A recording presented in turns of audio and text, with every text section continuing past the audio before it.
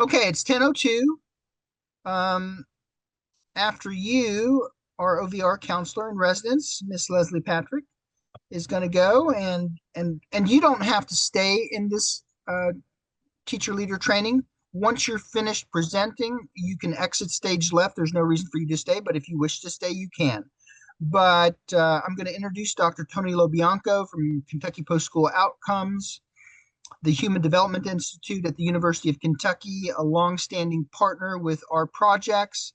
And so, Dr. Lobianco, the stage is yours, kind sir, and you have sharing privileges, and it is being recorded. All right. Well, thank you, Will. So as Will said, I'm Tony Lobianco from Kentucky Postal Outcomes Center, and some of you may know me as the yo-yo guy because I'm always badgering people to get their yo-yo interviews done. If you're not familiar with it, it's the yo-yo stands for the Youth 1 Year Out Former Student um, interview. We collect them every year from all students that exited the previous year that had an IEP in place, and we look to see what they are doing a year later. Mostly we look to see whether went on to some form of education, some form of employment, or whether they're really not doing much of anything. Um, so that window just closed. We'll have some new data coming up in a few months. I'm looking forward to that, and we'll have some good new ways to display it. But I thought I would just kind of show you what we have now. You will be able to see anytime you want, no matter who you are, our public use data. And those of you that have accounts should also be able to see your regional data, or your district data, I should say. So this is what I'm told is our big confusing table. Um, so we're looking at education by employment because those are two of the main outcomes that we look at. And you think of young people have lots of different outcomes in life, right? Education outcomes, employment outcomes, even community living outcomes, family outcomes, financial outcomes. Um, and so there's lots of outcomes out there, but we just look at education and employment, and we break these down into the categories of higher education, which means basically that you've gone to a 2 or 4 year college or university and completed at least a semester. Other education, which just means that you've gone on to some other kind of education, but it didn't meet those requirements.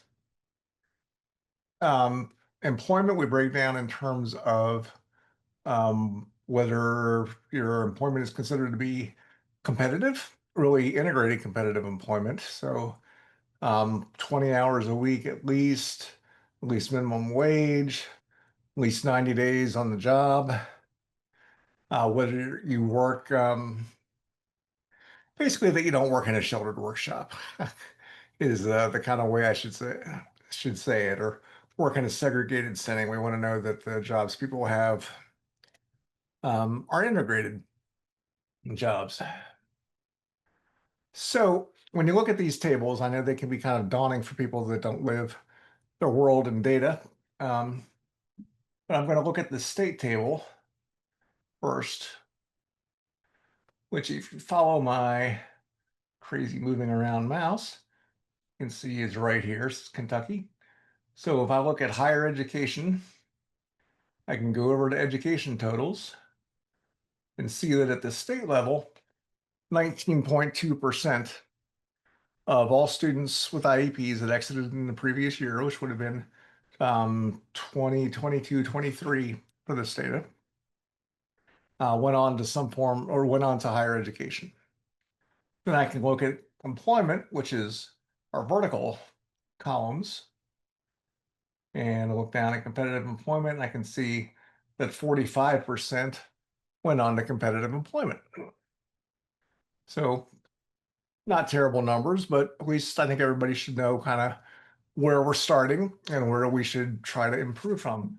Another number that we like to look at is the non-engagement number, we call it. It's those students that aren't in any form of education or any form of employment.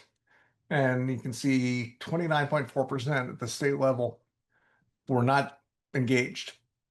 So that's almost a third of our students that are leaving high school with IEPs are not doing anything in terms of education or employment after they leave high school. Now you can do the same thing looking down here at your CERTAC numbers. So you say you won't be able to see this from your publicly available data, but you will if you have a yo-yo account. And if your dose has approved you to have a yo-yo account. Um, so how are you doing in terms of education? Well, 22.8% went on to higher education in KVEC. So that's a little bit better than the state rate. So you should pat yourselves on the back for that a little bit. And in terms of competitive employment, you can see 44.1% went on to competitive employment, which is just a little bit lower than the state rate, not much, but about a point. So it might be an area that you want to focus a little bit on or a little bit more on. Um, but it's pretty comparable to the state level. And you can see also that the non-engagement rate is a little bit higher in your CERTAC, that 30.5% versus 29.4% for the state. So there's a few more people going on to nothing, I should say, in your region. So I would certainly encourage you to work on that. Now, the really cool thing about the way that we collect and report our data is you can disaggregate it in a lot of different ways. I can change to just look at a particular disability if I want to. Say I want to look at autism, students with autism. Select autism, I move over to click review report. How are students with autism doing? Well, at the state level, pretty similar in terms of higher education, right? 19.1% or 0.1% lower than the overall population of students with IEPs. So that's not bad. How are they doing in your region? 23. No, I'm sorry. I'm looking. Yeah, well, no, and I'm sorry. In your region, you're doing a lot better. Students with autism that go on to higher education do so at a rate of 29.4%. So considerably better in the KVEC CERTEC. Now you have to keep in mind there's the raw number to the left of the percentage as well. So we're only talking about 5 students here that went on to higher education. So I wouldn't read too much into that 10-point jump in higher education, but it's still pretty meaningful and something to be pretty proud of, I think. Um, what about competitive employment? Well, your students with autism seem to be doing a little bit better than the state in terms of competitive employment as well. Now, again, we're not talking about too many students, only 4, but that's 23.5% in your CERTAC versus 18.2% at the state level. And in terms of non-engagement, as you might expect from those numbers, looks like your CERTAC's doing a little bit better. I'll just show you one other disaggregation because I know I don't have a whole lot of time, and my point isn't really to go through the data with you. It's really to show you what we have so that you can do so yourself.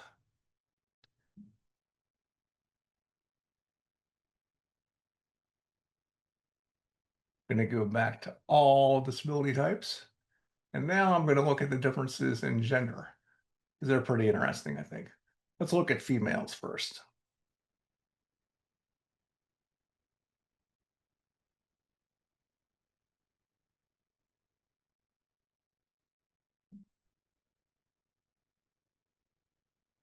So if you remember the state rate for education, it was 19.2% higher education. But women do better in terms of higher education at the state level. 26% go on to higher ed. So that's about a 7-point difference. It's pretty big. In terms of competitive employment, The state rate was, I believe, was 44.5%, but for women, it's 40.2%. So about a 5 point difference, not quite five, but close to it. So you can see really women are more likely to get into higher education. Men are more likely to get into competitive employment. How's your data stack up for KVAC? Well, your women are doing better. Um, a lot better, actually. They're even doing better than the state. 39% going on a higher education. But for competitive employment, it's even worse than the state level. So, the state we have 40.2, but in your region, it's only 33.1. So what would that tell me as an educator or someone that was trying to improve the lives of young people? Well, we're not doing a great job at getting our women jobs. We are doing pretty well in terms of getting them higher education, but I might put a little more focus on teaching our young ladies the kind of skills that they would need to get into a competitive employment variety or employment situation. If you switch over to male, it's just going to be the reverse of this.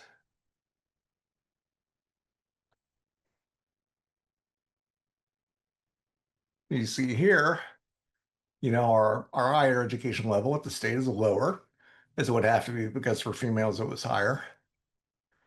And yours magnifies this even more.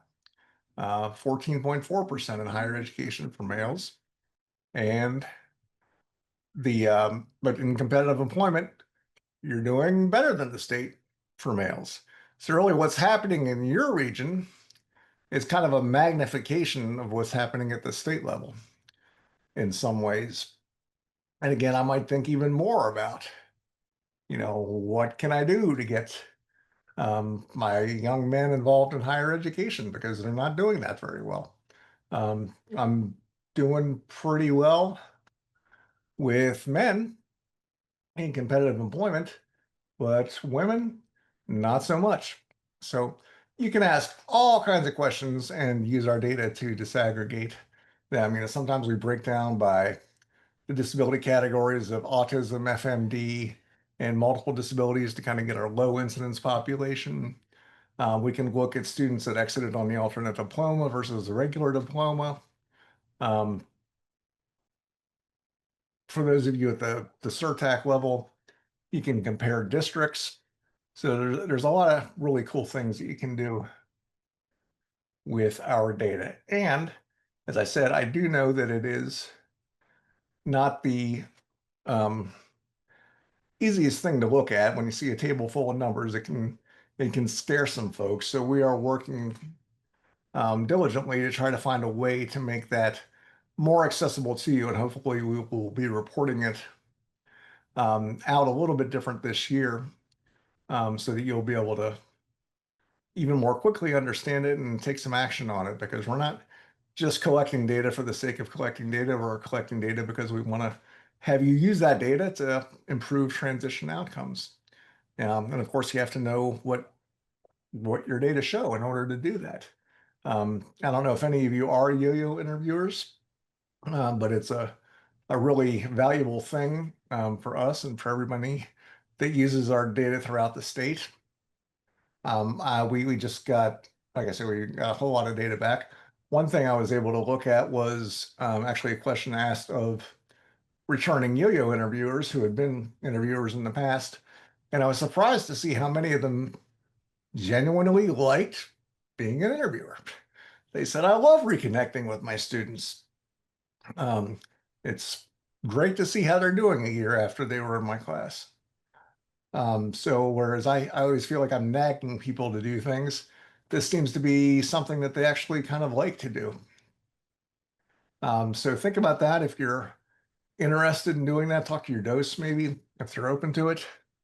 And of course, whether you are an interviewer or not, utilizing the data is still something that I think would be really beneficial for you all to do.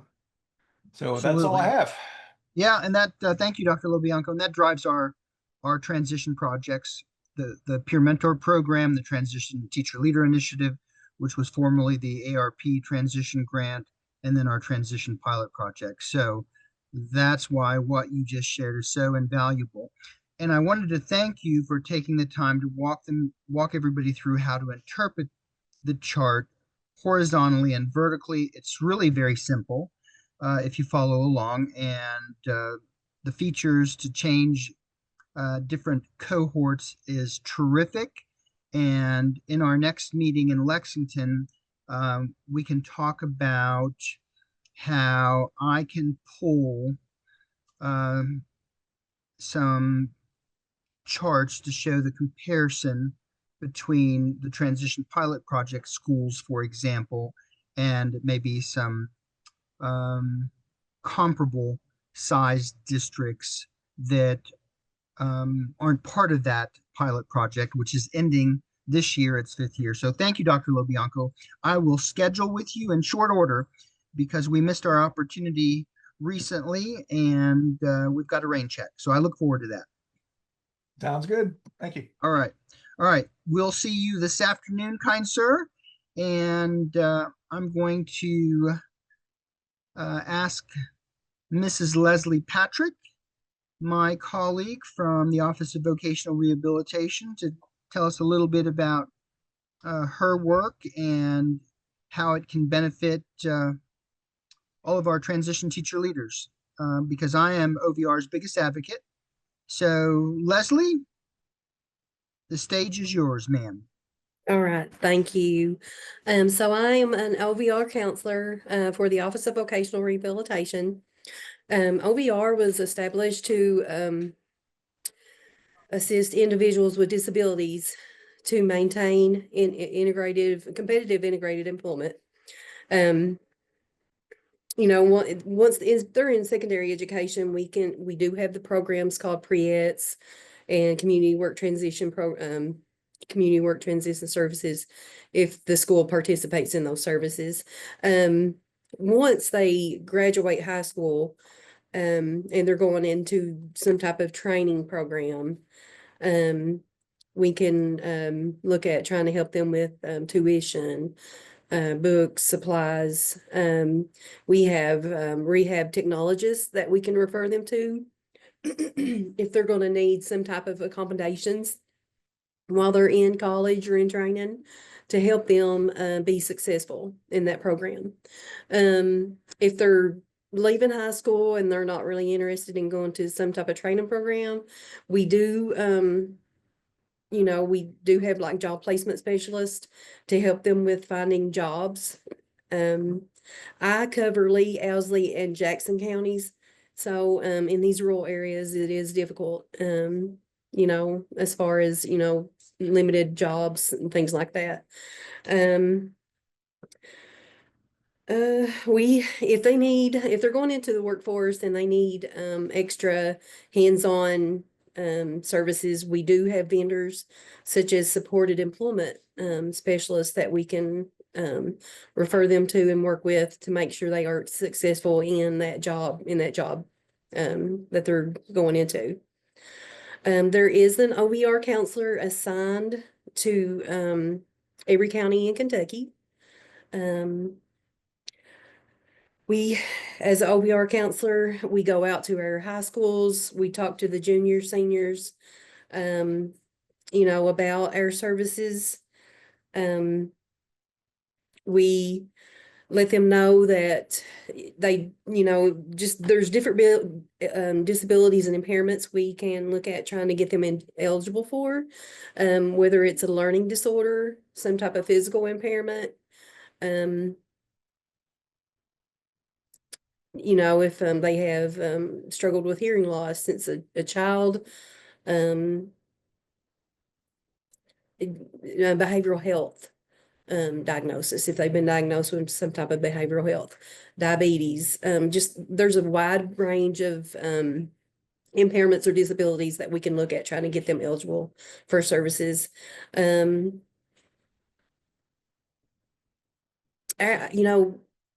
I don't get a lot of referrals, so it would be wonderful if I, when I go out to my schools and, these students that are going on to college or going into the workforce, if they could know to reach out to me, that would be wonderful. That way we could assist them with going on to school and obtaining a competitive and graded employment. Um, so let me see if there's anything else.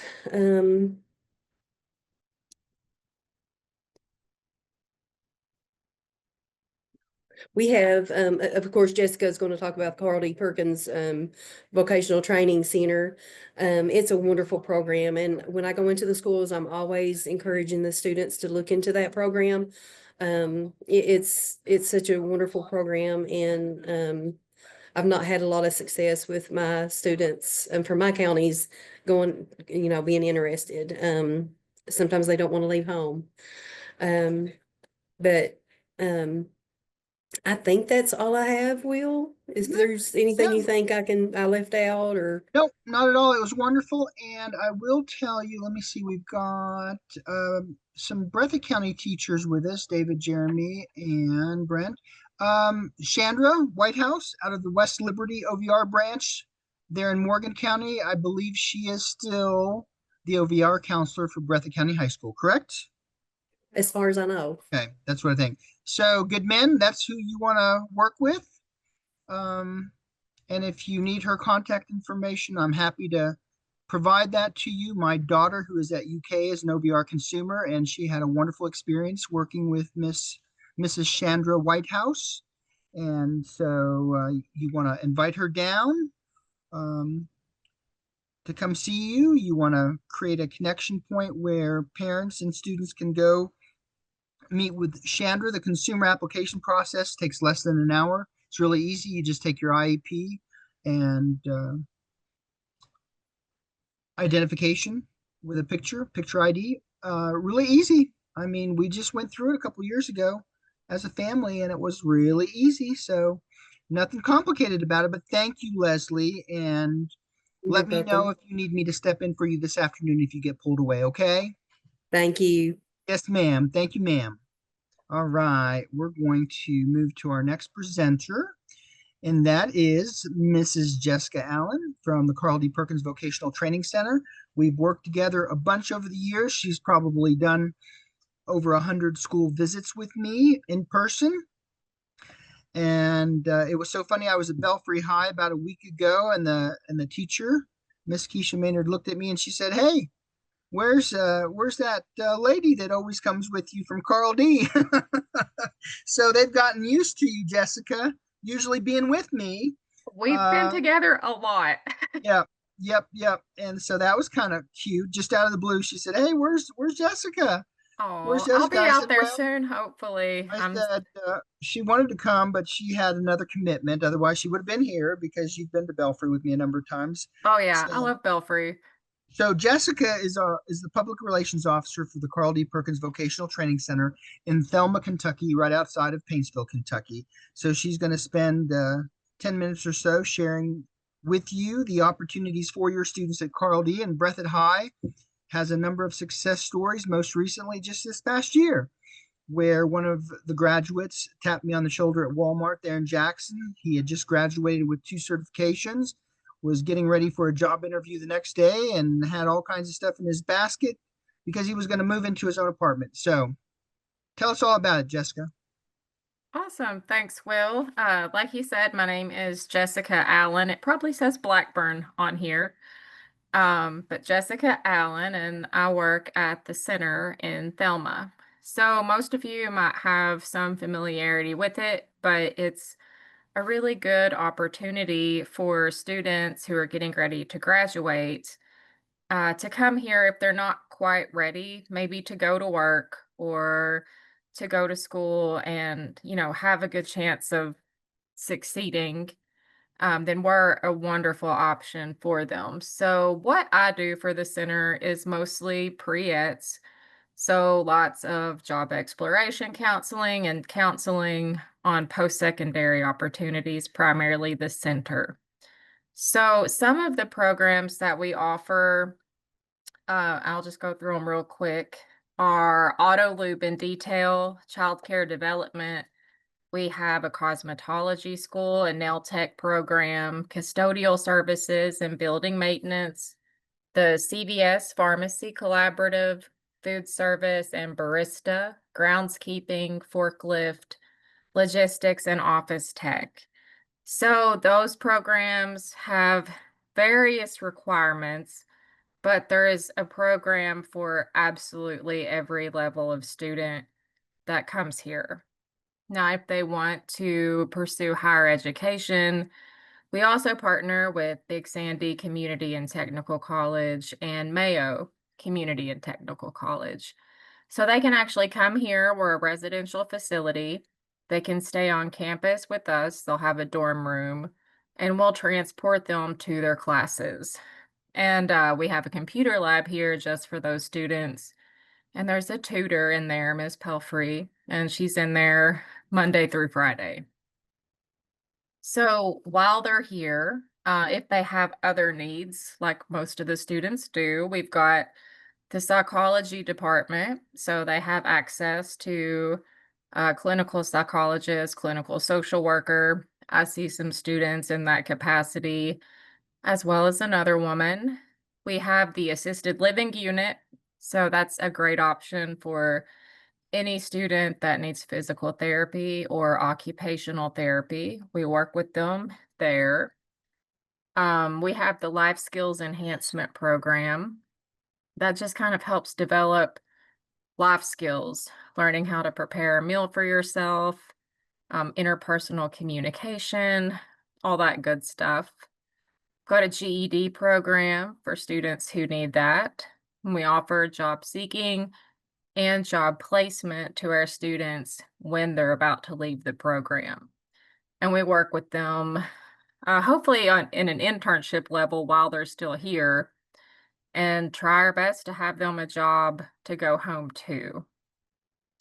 So the center is free of cost for anyone who has vocational rehabilitation. So any student with IEP 504, it's paid for entirely through the Department of Vocational Rehabilitation. Our lowest source of referrals is actually the eastern part of the state. A lot of our students come from Louisville, Paducah, Hopkinsville, a lot from Lexington, but not many from our local schools. So I try to spend a lot of time when school's in session, actually out in the high schools, doing pre-ets there and bringing schools here anytime they can, because it really helps to actually see the center.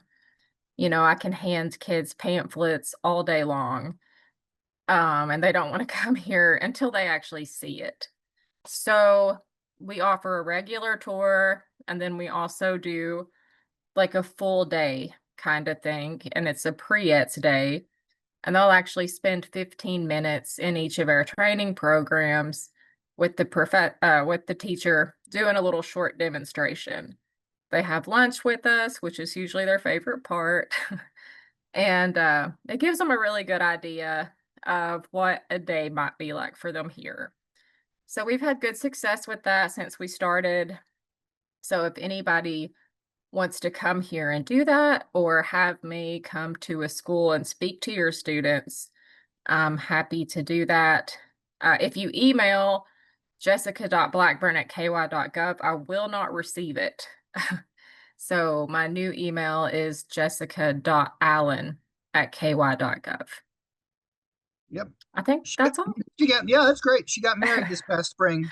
Yes. So that's why she had a name change. And yep, I discovered pretty quickly that Blackburn does not work anymore, even though that's her maiden name. So thanks Yeah. for clarifying that. And I have been sharing with all the teacher leaders that I work with that your email address has changed. Yeah, I thought, that my old ones would forward automatically, but that did not happen. And Mhm. we tried to fix it and we couldn't. So, Yep, that's good. Thank you, thank you. yeah, And thanks. so you're gonna exit stage left, and we're going to move to Allison from Job Corps, and then we may have a little quick break before Miss Jackie Alexander joins us at 11, just so you all know, because I don't think Allison will run more than about 15 minutes. It's 10:32, so we're a little bit ahead of schedule, which I anticipated. But what I may do to move us along is I'll do some housekeeping items after Allison's done, and that way we can finish on time. So teacher leaders, stay with us after Allison. Allison, are you ready? Yes, thanks, Will. Yes, ma'am. So I don't know how much you guys know about Job Corps. I'm sure you may have heard of it. We are pretty well like a free trade school, for people who are 16 to 24. We understand that high school is not the right setting for every student to succeed. We also understand that they may not come to us until after high school, which is okay too. We're here for whatever they need, whether that's a high school education, career training. We offer things like carpentry, electrical, facilities maintenance, homeland security. We have the advanced homeland security, um, computer networking, which is an IT trade, and pharmacy tech. We do provide a residential program to where the students can come live on center. And I don't know if I said this, but our program is completely free, from the housing to the meals to healthcare to everything in between. We actually pay our students to come through us. They get a biweekly allowance of $45 every 2 weeks for the first 6 months that they're with us. If they'll stay with us longer than that, then that amount goes up to $70 biweekly. They also get transition pay. So if they complete just one trade with us, they will get $500 for completing that trade. If they complete a high school diploma and a trade with us, that is $1,200. And that's just a little like thank you. We're federally funded, so we're grateful to be able to do that for the students.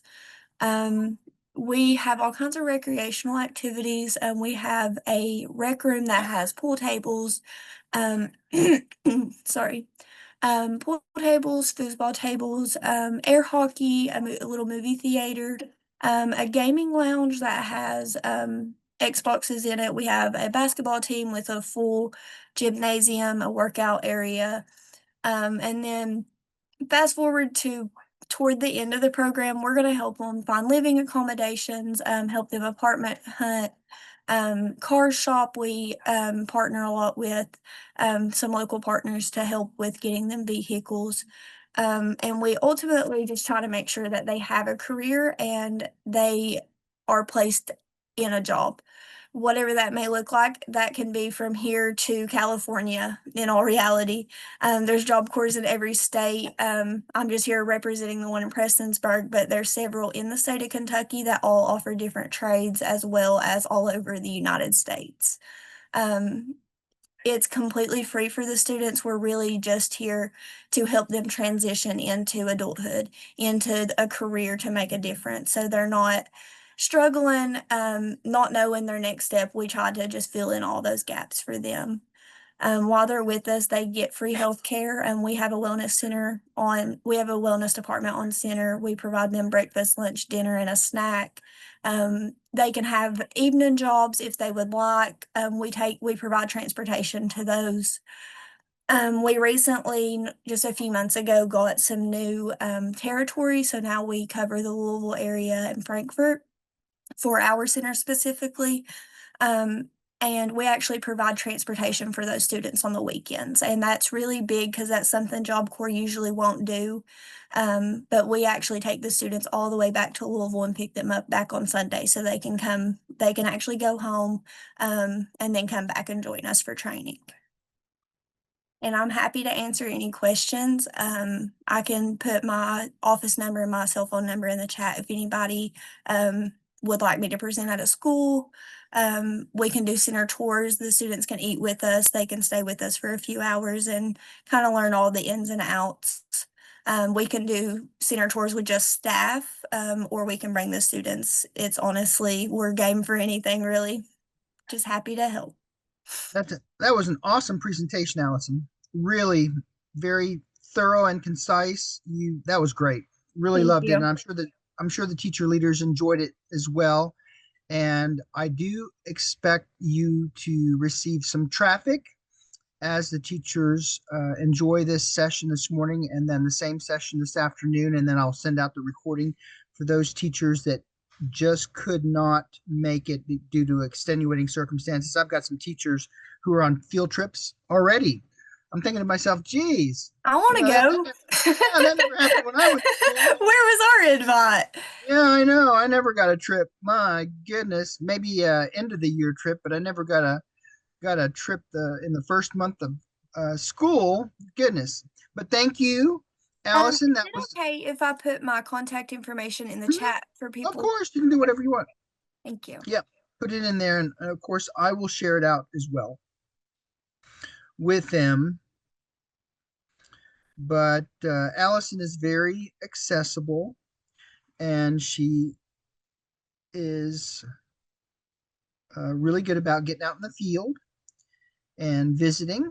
So um, please take advantage of those opportunities. Again, another great opportunity for your students to be successful. Um, so I'm going to pause because we have Miss Jackie Alexander who will join us momentarily. She's already there, so we might start early because I don't see any new teachers joining. So Jackie, we might start before 11 if you're agreeable to that. Hey, Will, how are you? I'm good. Now, Good. it's interesting to me is I've always known you as Jackie Alexander, but now there's a Dussing at the end Dusing. of your Dusing. Dusing. Oh, Dusing, that's yeah. kind of Dusing. That's kind of cool. Where did that come from? Because I've not seen Um, that. yeah, Is there a development that I'm not aware of? no, no, no, no, no, no. That is my husband's last name. Excuse me. We met while I was teaching. We taught at the same high school, Huh? and we got married, still teaching at the same high school. So he was Mr. Dusing and I was Mrs. Alexander. I just kept it that way because there was too much Dusing in too small of a space. Mm-hmm. And so it just kind of stuck. But now that I'm not in public schools anymore, I've kind of assumed his last name as well and kind of hyphenated myself. So that's all. Nothing new. Oh, cool. Okay. I just wanted to make sure I wasn't missing anything. Not at So, all. uh, I'm thinking, I'm thinking if you, while you get ready Uh-huh.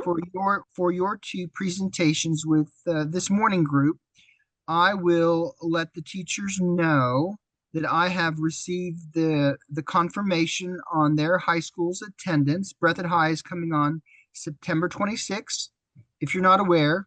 And it was Brooklyn and Natasha that were communicating with me this past week. So, good men, just know that the plan is for you all to come to Big Sandy in Prestonsburg on September 26th, which is a Friday, and that hopefully that'll be a good weather day. I picked these dates because they're usually good weather dates.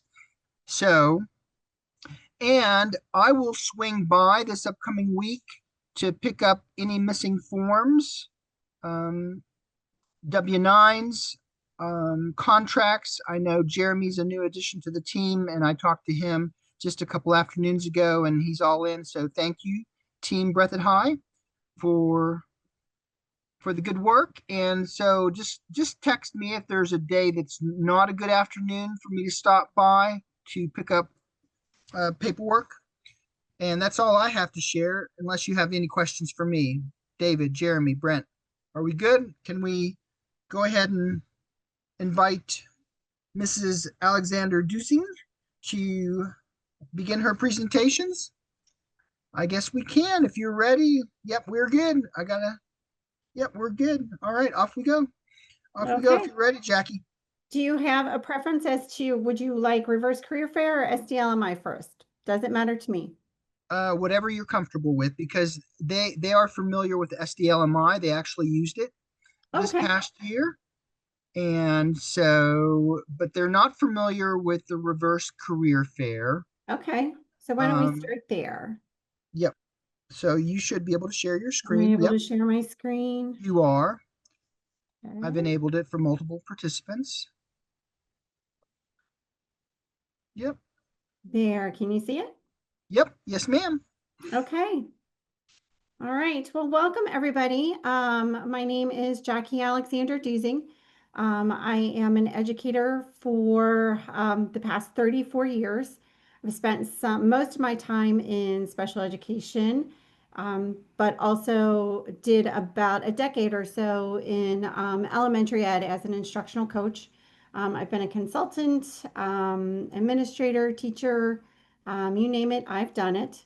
So that's a little bit about me. I'd love to know a little bit about yourself. If you could just put your name and your role in the chat.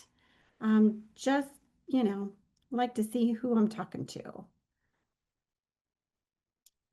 So while you all are doing that, um, I'm also a wife and a mother of five. My youngest has Down syndrome. Her name is Julia. She is 16 and a sophomore in high school. So we are getting ready to moving through that whole post-secondary transition process as well. I'm also an entrepreneur and the owner of Able Life. I am currently an OVR provider, providing pre-ed services to students who are getting ready to transition from high school into adult life. So um, that's a little bit about me. Um, in the past 2 years, I worked at NKCES as a special education consultant, and I focused mainly in transition. One of the initiatives that I started when I was there was the Reverse Career Fair. The Reverse Career Fair is a little different than the typical career fair. The tables are flipped. It makes for a more engaging process for the students, and the employers absolutely loved it. We had a great, great response. So today we're going to go through what it takes to put on a reverse career fair and the benefits that it has for your students. So in a typical career fair, our students are not really required to engage. Um, the onus of initiation is put upon the students. They have to be the ones to walk up to the table. The employers are behind the table, pulling teeth, trying to drag people closer to the table. But as you can see, they have the option to stay on the outskirts and truly not engage, just kind of hanging out with their friends. It requires a lot of skill sets that our students don't really have. Communication, taking initiative, having confidence. A lot of those things don't really come natural to our students.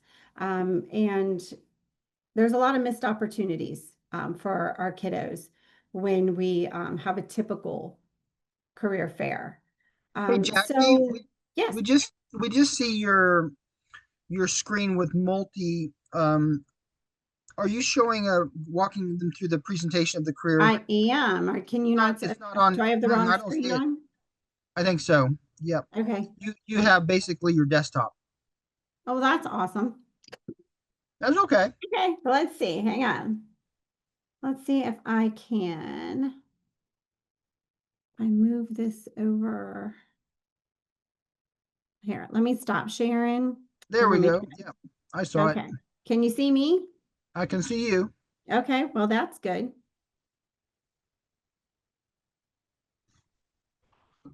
Let me.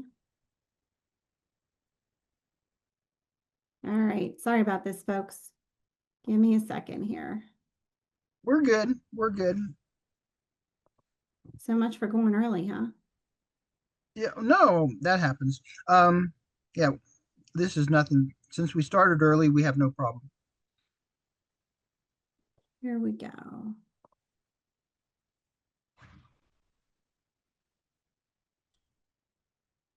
Now what can you see? There it is. Yep. Now we see your presentation. There, how's that? Is that Yep. better? Yes, perfect. Okay, good. All right. So here, let me go back one. So there's our typical career fair. You can see like our kids are kind of hanging around on the outskirts. But when we flip the tables, it requires the students to engage.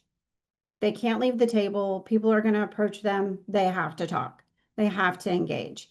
In order to be ready for the event, there's a lot of preparation that is involved. It builds a lot of skills that our students are going to need. It provides them tools that they can use for the future.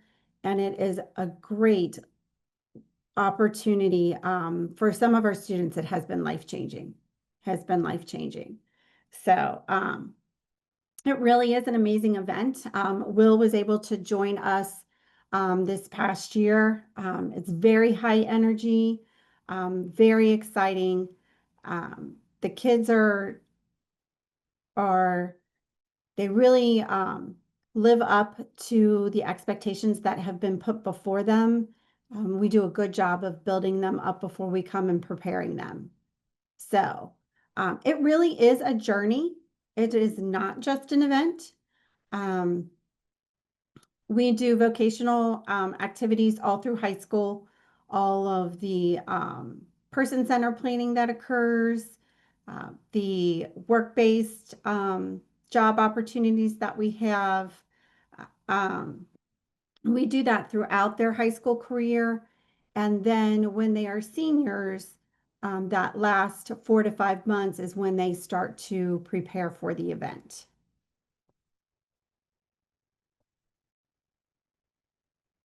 It's really important during those preliminary years that we do some career exploration, lots of interest inventories, any type of volunteer experiences. Those are important not only to gain experience, also for the students to figure out what they like, what they don't like, what their interests, how to apply their interests in combination with the skills that they have in order to find a career that is of interest to them. And it's also really important for the resume. So we include all of that work experience and those opportunities into their resume. There's lots of person-centered planning that goes along. I don't know if any of you are familiar with Stacy Hutchinson. She is phenomenal when it comes to person-centered planning. There are lots of tools out there that are available. Nexus, Life Skills Nexus has a lot of person-centered planning tools that helps students narrow down their focus and kind of plan for the future. During their senior year, we do lots of explicit instruction when it comes to resumes and resume building. We have lots of practice for interview skills. We help the students work on their elevator pitches so that they're prepared for the reverse career fair. We do have lesson plans for dressing for success and how to present yourself, how to hold your body for body language, handshakes, eye contact, all of those things to help make a really good first impression on employers. We also have activities with lots of class discussion on what reality looks like and that you might not get that job that first time around, how to persevere through failure because they are going to face a lot of adversity when they enter into the workforce after graduation. So we have lots of real conversations. What does that look like? How does that make you feel? What are your resources? Who is your circle of support? What can you do when you can't get a job, or what can you do when you lose a job? So we go through a lot of those scenarios as well. So lots of very meaningful activities that prepare them for life. We also have them create some very purposeful tools.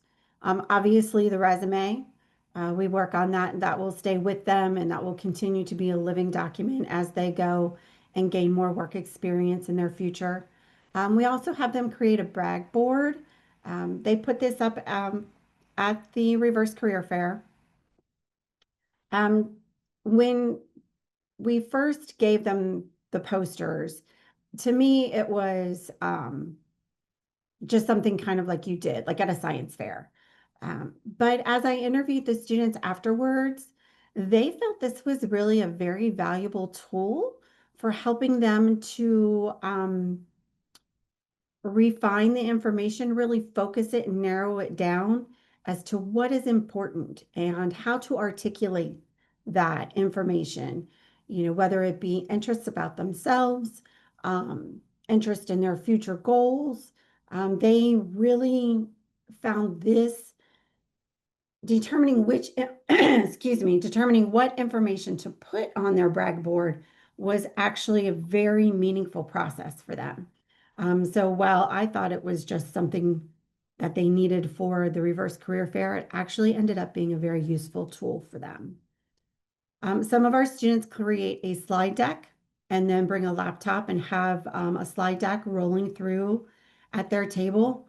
This again was a really good way for them to demonstrate some of the skills that they had to employers. It was something that they could showcase. It also was a way to communicate some extra hobbies, some of their outside life to the employers, to kind of help round out their presentation a little bit.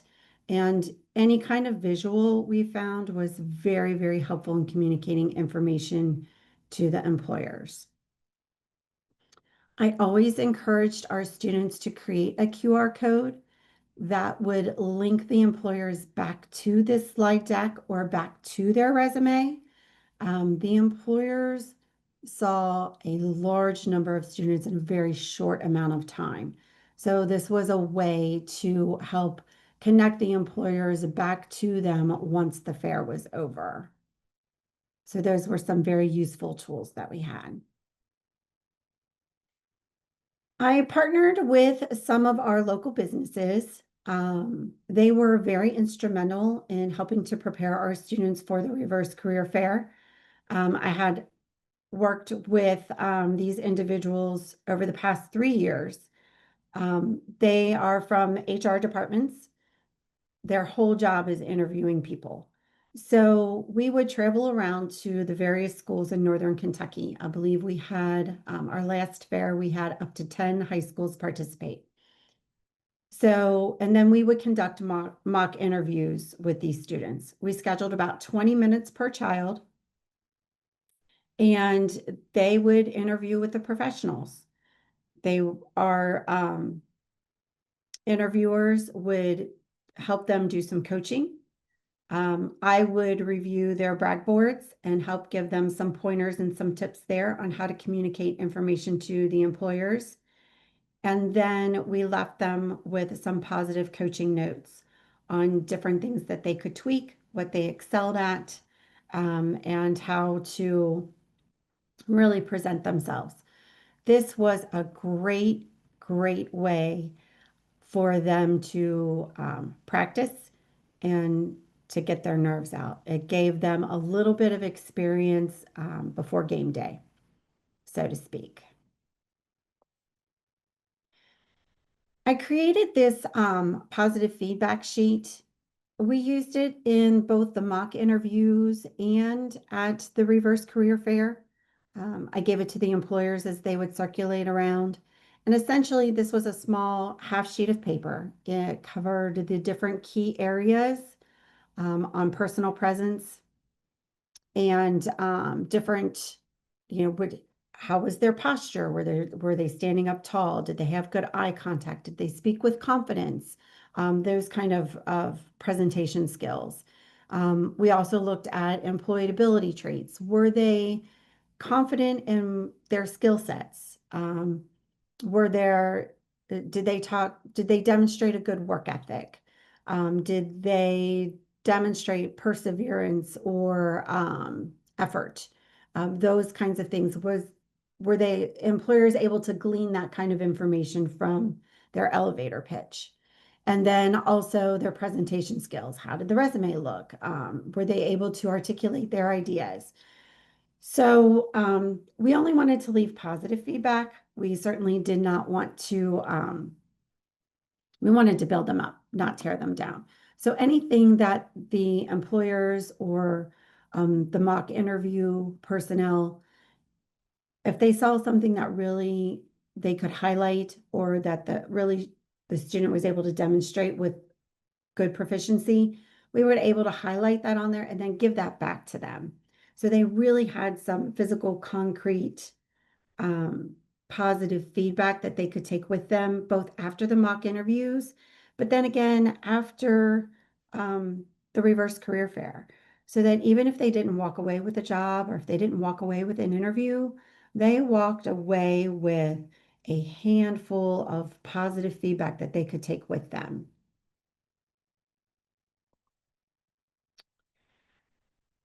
When it comes to finding your employers, I tried to keep the ratio at a 4-to-1, 4 students to 1 employer.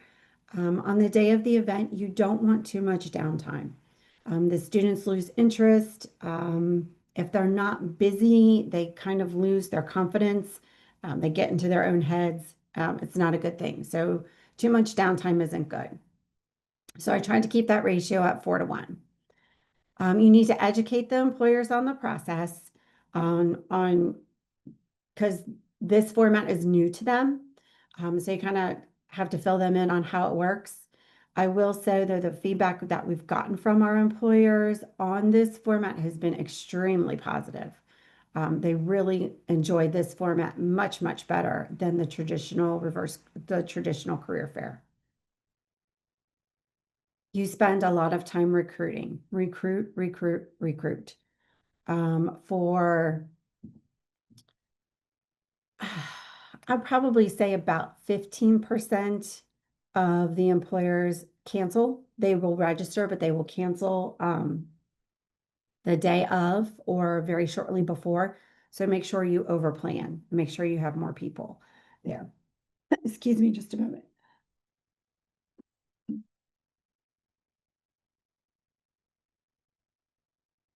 I'm terribly sorry. Oh,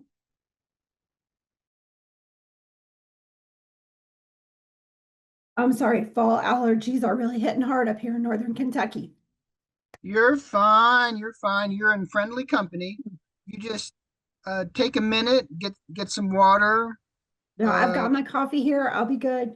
get some tissue, whatever you need. We're good. We're good.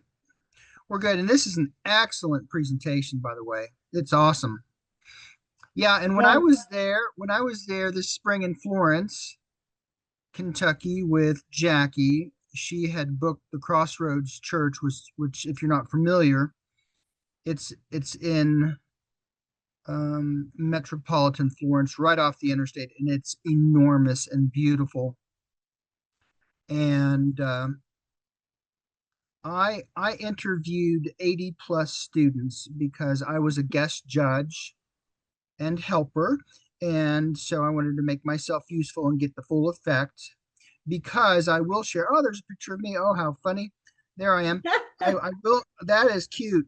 I will share with the teacher leaders that this is something that I'm rolling out this year as an opportunity for us to work on over the course of the year with a capstone of hosting our own reverse career fair in the spring. And I'm thinking the Knott County Sportsplex would be the site. I've got our workforce investment board who is willing to help us, and that's EKSEP. So that's the biggest hurdle is having an employer-centric organization assist in getting employers on board to come to this event and interview students, and they're excited. This isn't a novel concept per se. It's been around for a while, but I will tell you that what Jackie did through NKCES is 5-star. So that's why I invited her to share out with you regarding her experiences in leading this reverse career fair. So that's something that you're going to hear me talking about, and we'll Will, see if you want Will, to if do. I can interject, one of the things that we did differently, that other co-ops haven't done is we brought in a guest speaker in the morning. It was a motivational speaker. Our teachers did a great job of preparing our students, but we had the students come in around 9 o'clock. We had a guest speaker at 9:30 and really just pumped them up, got them all excited, got the energy going. They were with the guest speaker for about an hour, and then they had lunch. So we kind of built up their spirits, we filled up their bellies, and then we sent them out there, for the employers. And that guest speaker, I think, well, not necessary, certainly, kind of elevated the atmosphere. Um, so it was a nice little extra touch that we were able to do for our students.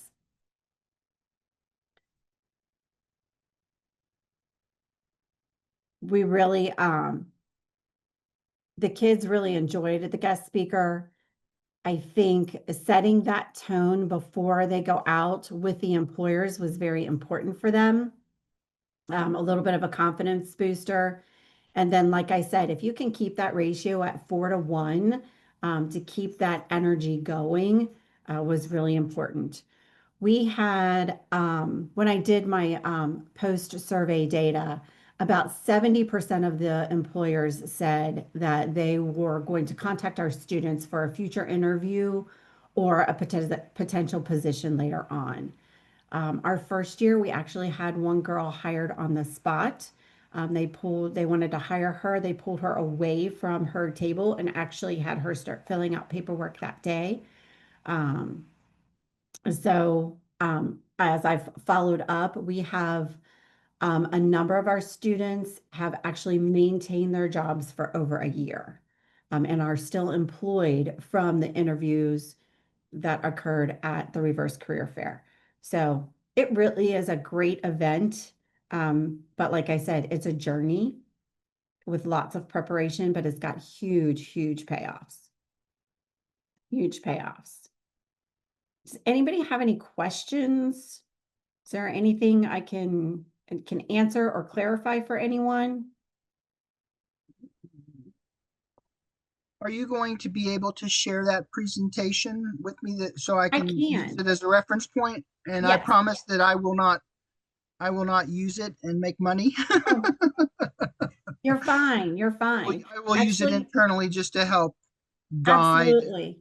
And Will, I don't have access to it anymore, but when I was at NKCES, I put Mhm. together like a plan book, a guidebook on how to run a reverse career fair.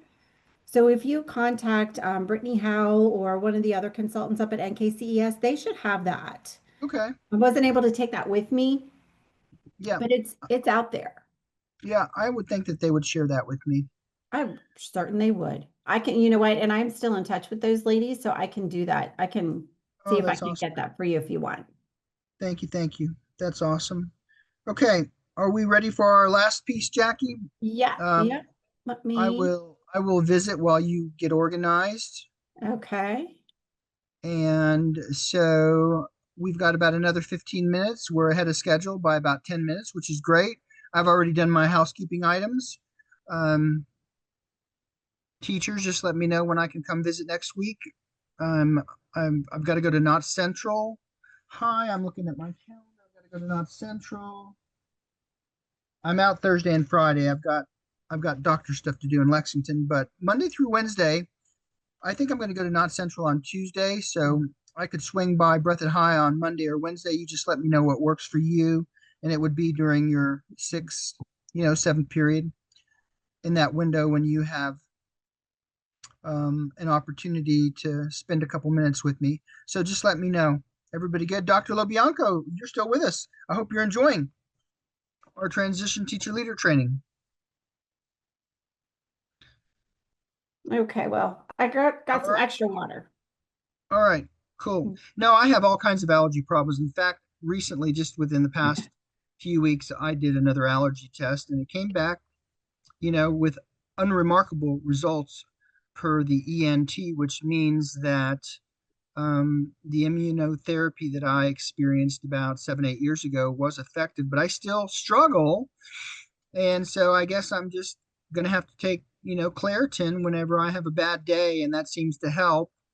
I'm not going to be doing shots or anything like that. I think they might give me something for dust because our Kentucky homes are full of dust and I Mhm. struggle with dust. But yeah, I'm with you. I empathize completely. But I'm going to hush and mute and get off the screen so that you can close the show with SDLMI. And again, the teachers that are listening implemented SDLMI, albeit for uh, half the year because we lost January and February. So Mm. by the time I got everybody going and got all the resources from the University of Kansas, the schools were shut down for 2 months, and so but they did some good work and they moved through some of the facets, but I'm not sure that they made it through all three stages. So I think this will help them greatly. So thank you for sharing, Jackie. Okay, wonderful. All right. So somebody give me a thumbs up or put in the chat. Can you all see my screen? Am I sharing the right screen this time? Yes, it's perfect. Okay, perfect. Okay. All right. So if y'all are familiar with SDLMI, please feel free to chime in or, share some of your experiences.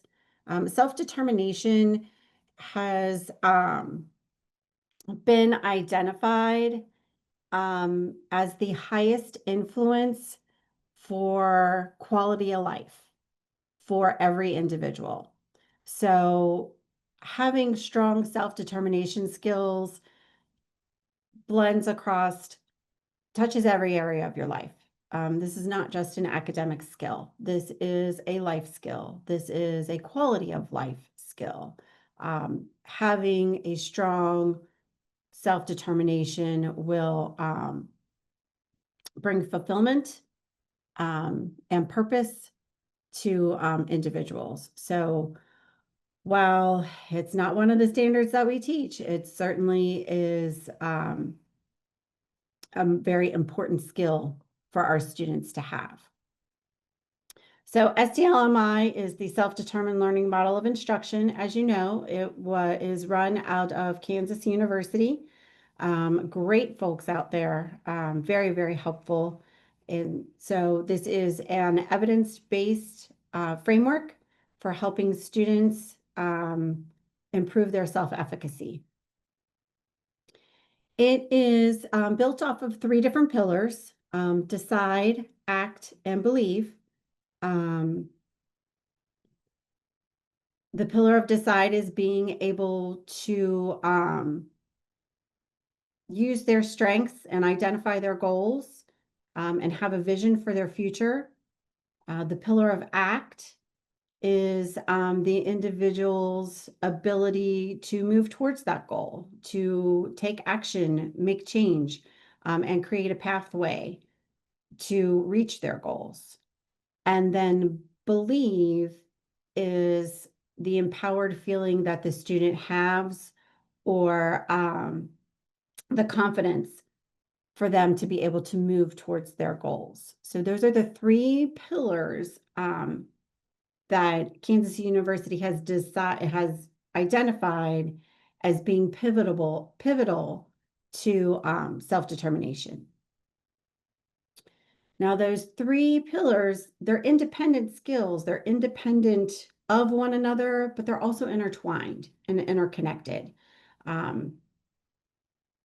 Having a strong belief doesn't necessarily mean you have good skills to act. But they also impact one another. So if one is up and the other is down, how is that going to impact your ability to make decisions and have strong agency? These are skills that you can develop. It's not something that you're either born with or born without. It's certainly something that you can build and practice. Um, that also means that they can be taught. So as teachers and as educators, this is something that we can help instill in our students. There are 3 inventory tools that that Kansas City has developed in order to help us gauge where our students are among those 3 pillars. There's the student report, the teacher and parent report, and then also the adult report. Um, these are all online. You can create an account if you're going to use these frequently. However, you can also use them as kind of like a one-time thing, in which case I would then print out the report. Um, but these 3 tools, these inventories will help us help measure where the students are amongst those 3 pillars. The survey kind of looks like this. It's a sliding scale. Have any of you all used the surveys, the SDLMI surveys that are online? Has anybody used those? If you could just put like a thumbs up or a yes in the chat. Yep, they did because it's They free. did. Okay, so Mhm. you all, so it's not like a Likert scale where it's 1 to 10. It's this sliding bar. Um, so it doesn't really give you a numerical measure, but it will give you an idea of where they need to be. It graphs each of the 3 pillars, and it'll give you a bar graph. It does give you a numerical number. It's not one that you can see on the Likert scale though. And it does give you suggestions on what you can do, different activities that would help increase or build skills within that pillar. So those reports are very helpful, and you can take them multiple times to measure progress. Once you get into instruction, there's 3 different phases. Phase 1 is setting a goal with your student. All of these phases are very much student-led. This is a partnership, a collaboration between the instructor and the student. I am a huge proponent of education is something that we need to do with our students, not something that we should be doing to our students. Um, if they are not driving and if they are not the decision makers in this process, this is just one more thing we're doing to kids, and it's not going to be beneficial. This definitely has to be very person-centered, and we kind of come alongside them and we're their cheerleader and their coach, not necessarily a boss or a teacher. But in phase 1, they set a goal. And phase 2, they develop the plan and develop some action steps. And then they start to implement those action steps, take some data. And then in phase 3, they do some reflection and some evaluation on that data, and then they adjust the goal or the plan. Within each of those phases, there is a structure. So in phase 1, phase 2, phase 3, there are 4 questions in each of those phases. Those questions help lead the students through the process, helps them to problem solve, helps them define and articulate what their goals are going to be, the action steps that are needed. During each phase, the teacher has objectives, and each of those objectives is linked to the students' questions, and it helps provide the roadmap for the students and supports them as they make this journey.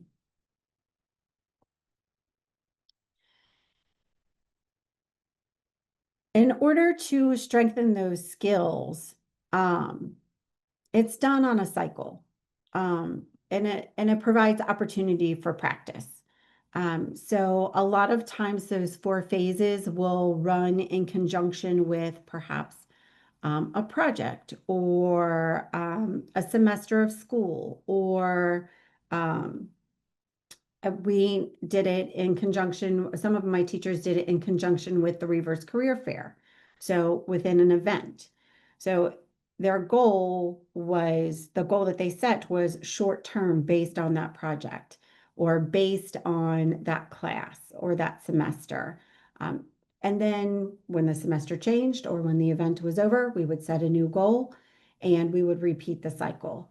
So it's that cyclical piece that offers opportunities for practice. It is a flexible framework, which I find to be the most fascinating piece of SDLMI. Excuse me, I'm sorry. It can be built around any goal that the student sees fit. You can look at academics, you can look at grades, you know, if the student's goal is to graduate high school, well, I'm failing English 4. The goal might be pass English 4 so I can get my diploma, so I can graduate. It certainly can be around grades. And we can take a look, then our action steps. Oh, is it because I'm not doing my work? Is it because I'm not understanding what's going on in class? You know, what are the obstacles that are getting in my way? What action steps do I need to take in order to get better grades? Do I need to ask more questions? Do I need to turn in my homework? It can be centered around academics. It can also be centered around executive functioning skills or self-regulation. Maybe I'm not doing well in class because I can't get my act together. I can't organize my stuff. I can't plan my time or manage my time to get my things done. Maybe that's my goal. So maybe I'm looking at executive functioning skills instead. Or maybe I just really hate my teacher and I start mouthing off and I'm getting kicked out of class. So maybe my goal needs to be self-regulation. I love, love, love the flexibility of SDLMI. And what it gives and empowers the students is so meaningful and goes well beyond school. So I love that you guys are using it already. That is absolutely fascinating to me. You probably know about the SDLMI resources, the website, the inventories, things like that. They also have their research up there. So I'm happy to give that to you if you don't already have it. I can send it to Will if you need it, not a problem. I'm always here to help, but you also have Will. So I can share all of that with you if you like. I love that you guys are using this. Has anybody found it to be helpful with what they're doing, or has anybody implemented it in a very unique way? I actually, at Breathitt High, we had a student testimonial that I received a media release for, and I sent that to the University of Kansas, and they're actually using it in their media promotions. So, yes, we have seen some success. Again, the challenge last year was we did not enjoy enough time with SDLMI, but I'm hoping this year we will. The only challenge that I have found with SDLMI is the cost of the resources, even though they've switched to online purchasing of those resources. Otherwise, there was a considerable lag in doing it through FedEx and their development office, because it's not Dr. Lauren Bruno that it's not her office that processes the materials Right, request. It's the development office, as you well know. And then right, trying to keep up with those, you know, resources as teachers change and caseloads change and replenishing. That's been a challenge because the students really enjoyed the student workbook. The teachers manual for SDLMI is about $100 a pop, right. whereas the student workbook is like 18, so that's manageable. So that's a hurdle that I have run into as an administrator in trying to advance SDLMI in the pilot project schools. There's 5 of them. I've got 3 different transition projects, and I piloted SDLMI in 5 high schools, and I would say 3 of the 5 were able to uh, garner some traction. That's That great. being, that being said, um, unfortunately, uh, the data access to the database was not available to me, which would have been nice. I Initially, had Dr. trouble with the database as well. I really Well, had, I struggled with that also. it's expensive, It and you've is, got to renew it. You've got to renew it every year. right. So that's the other.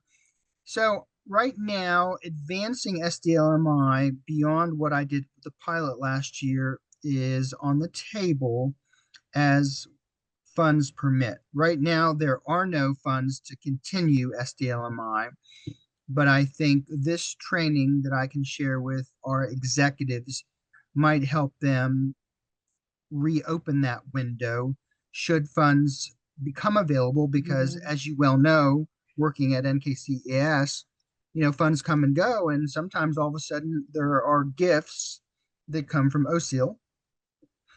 And so that's what I'm kind of hoping will happen, Jackie, is we'll have an opportunity through some additional funding, spend out for lack of a better description, where we're invited to utilize that spend out funding to do some good work or bolster existing work that we are engaged in at this present moment. So that's kind of where I'm at with SDLMI. Yeah. Well, I wonder if there's a way for us to create a way to track the data in-house, There instead is. of having to use their dashboard. I wonder if there would be excuse me, a simple way for teachers to track that information. I don't know. I'm not techie. You're a little more techie than I am, but I think that might be a hurdle. I am so sorry. We've got digital engineers in house at KVEC, which is unique to KVEC, as you well Yeah, know, and the chief digital it is. engineer is next door to my office, and we've started those conversations. I think it's very doable. I've just not gotten to that yet because the first hurdle is funding the resources, the student workbooks and the teacher guides. And so, we need to have plenty of those in place, because I'm not going to go and engage in any copyright infringement and make copies. Right. So, well, I'm guessing that you all are using it as like an individualized thing, or perhaps in maybe a resource room or something like that. Is anybody doing it like tier one whole group? I went Um, to I went to a conference one time where um, a special ed collaborator and the English teacher did it whole group through English yeah, as part of the English class. And the difference that those two ladies saw throughout all of her students was, game changing. I was just wondering if anybody there had had that type of experience. Because right now no, up in Northern Kentucky, it's either students doing it individually or as a resource class, not necessarily in tier one. it's not tier one. It's being done in the resource class with the teachers who are with us as we speak. They're doing it with their caseload, and they have those students throughout the day in given class periods. So it's not tier one. Yeah. But that's obviously the logical evolution of the work should we be able to advance it. Hopefully. Well, good luck with Yeah. that. Good Yeah. Well, luck with thank that. you. Thank you. Thank you. And we will see you this afternoon. And I'm going to give you your time just as a kind of reminder. You're on from 1 to 1:30. Okay. So we've got Dr. Tony Lobianco from UK at 12:30. Then we've got our OVR counselor at 12:45, and then you're up. And so I would join us just a little bit early, because Miss Patrick's session doesn't last a whole 15 minutes. So if you want to get started early, that's fine. If not, we'll just wait for you. Okay. Sounds wonderful. All Y'all right. have a great lunch. I'll see you Yep. later. Ciao, ciao. It was awesome. Thank you, Jackie.